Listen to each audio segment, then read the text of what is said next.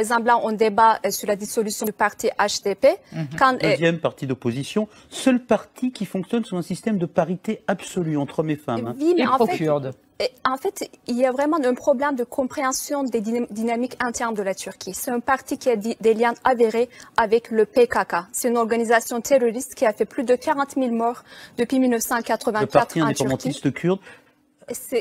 On ne dit pas que le deuxième, pardonnez-moi, mais c'est important. Ouais. Vous considérez vraiment, au-delà de la propagande du président, que le deuxième parti d'opposition est un parti terroriste? C'est pas moi qui le considère. Il y a un acte d'accusation qui a été remis par la Cour de cassation. Il faut vraiment le lire, et de 609 pages qui montre un par un tous les liens du HDP avec le PKK.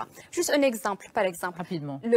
L'ex-coprésident du parti HDP, Selahattin Demirtas, lors d'un meeting, il dit clairement, vous allez voir, on va encore ériger la statue d'Abdullah Öcalan, qui est le chef du PKK, qui est actuellement emprisonné à İmralı. Imaginez le chef d'un parti français qui dit, vous allez voir, on va ériger la statue du chef de Daesh. C'est inconcevable.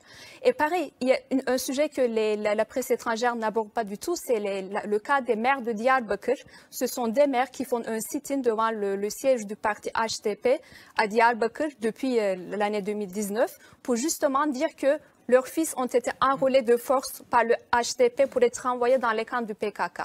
Voilà, tout ça, c'est des preuves qui illustrent bien que le HDP a des liens avec le PKK, et c'est la majorité de la population qui le pense. C'est pas seulement le parti au pouvoir, c'est aussi l'opposition qui le pense. Ça, c'est quelque chose d'important. Erdogan est un obstacle à la bonne entente entre la Turquie et l'Union européenne? Moi, je ne le pense pas du tout. Erdogan n'est pas un obstacle. C'est juste qu'il faut vraiment, encore une fois, comprendre les dynamiques internes de la Turquie. Sa position géographique est très difficile. C'est un pays qui est frontalier avec des pays compliqués comme la Syrie, l'Irak.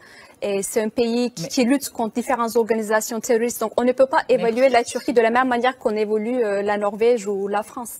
Merci, Öznur Siren. Merci à tous les trois.